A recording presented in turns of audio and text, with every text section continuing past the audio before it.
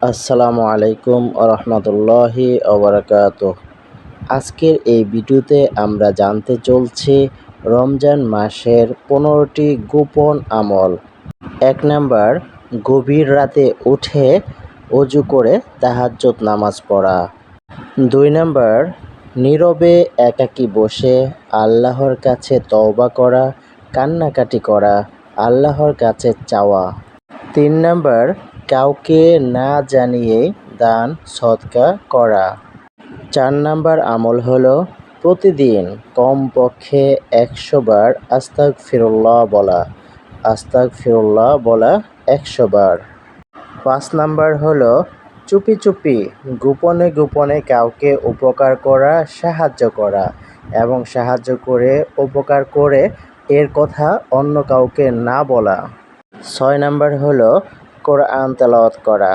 আপনি যতটুকু পারেন ততটুকু কোরআন তেলাওয়াত করেন। ৭ নাম্বার আমল হলো রোজাদার কোনো ব্যক্তি পেলে তাকে ইফতার করানো এবং আপনার নাম প্রকাশ করবেন না। ৮ নাম্বার হলো মনের ভিতর থেকে হিংসা বিদ্বেষ দূর করতে হবে। ৯ নাম্বার হলো গোপনে বাবা মায়ের জন্য দোয়া করতে হবে।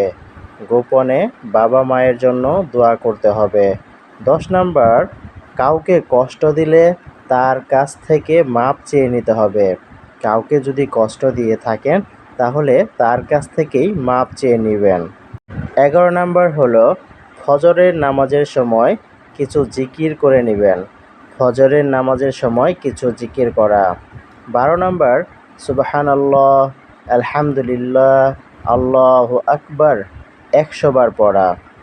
১৩ নাম্বার হলো লাইলাতুল কদর হাজার মাসের চাইতে উত্তম। এই লাইলাতুল কদরের রাতে বেশি বেশি ইবাদত করা।